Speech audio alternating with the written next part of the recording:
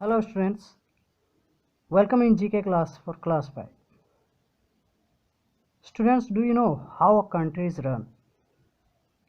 देश कैसे चलता है? Yes, आज हम इसी पे बात करने वाले हैं.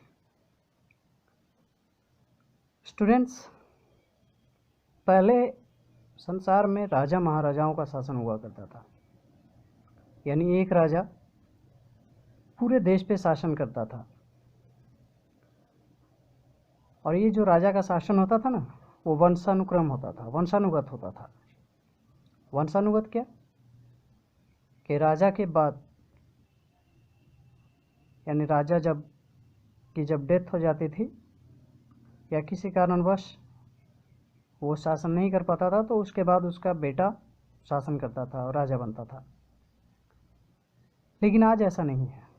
वर्तमान में लगभग हर एक कंट्री में डेमोक्रेसी है, लोकतंत्र है. तो आइए समझते हैं इन सब बातों को कि एक देश कैसे चलता है. देश चलाने के लिए वर्तमान में हम लोग डिफरेंट पॉलिटिकल पार्टीज़ के द्वारा खड़े किए गए उम्मीदवारों को वोट देते हैं और वोट दे करके उन्हें अपना नेता चुनते हैं. ये वोट देने का अधिकार 18 वर्ष से ऊपर के व्यक्तियों को होता है. देश में जितने भी लोग हैं, जितने भी नागरिक हैं, हम आप सभी लोग जो 18 वर्ष की आयु पूरी कर चुके हैं, उन्हें वोट देने का अधिकार होता है.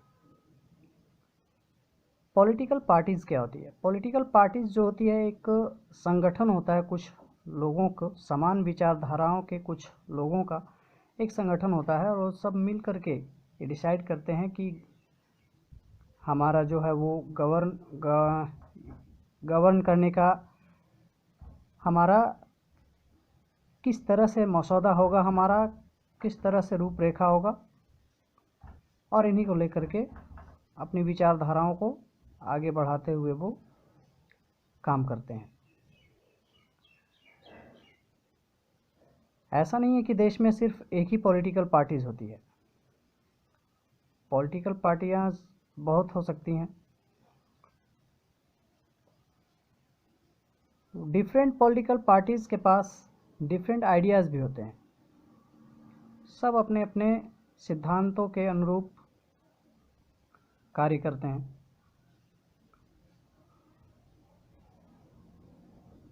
और विभिन्न समस्याओं को सुलझाने का काम करते हैं.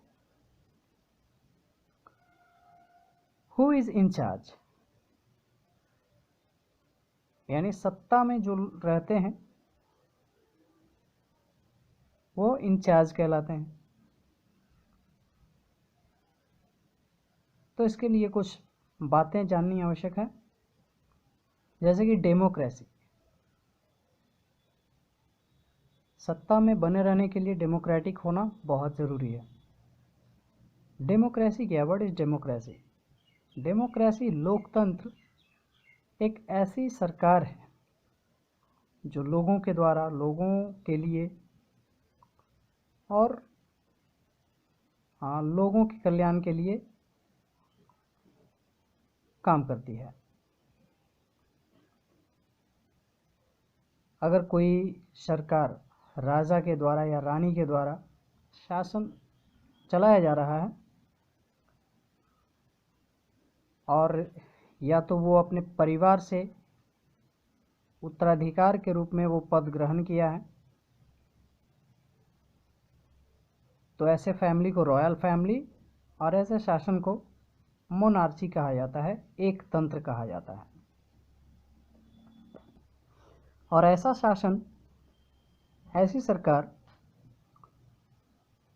जो केवल अपने दम पर, अपने बल पर शासन करती है और उसके शासन में किसी को कोई चॉइस नहीं दिया जाता, तो ऐसे शासन को ऑटोक्रेसी यानी तानाशाही कहा जाता है.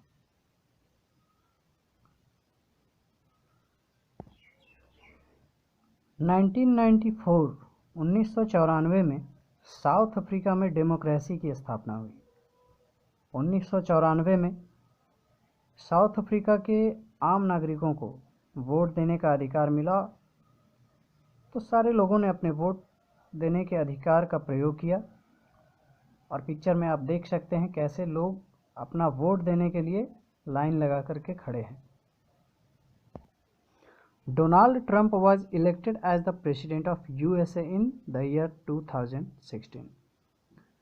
2016 में USA United state of America के प्रेसिडेंट चुने गए डोनाल्ड ट्रंप। प्रेसिडेंट मीन्स राष्ट्रपति, अमेरिका के राष्ट्रपति डोनाल्ड ट्रंप, जो कि अभी भी विद्यमान है। 2016 से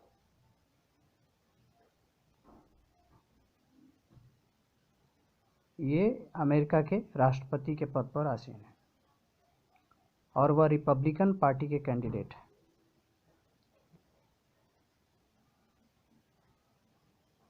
find out which political party is in power to run government in your state। आपके राज्य में किस पार्टी की सरकार है? जी हाँ, हमारा राज्य यानी कि बिहार में किस पार्टी की सरकार है?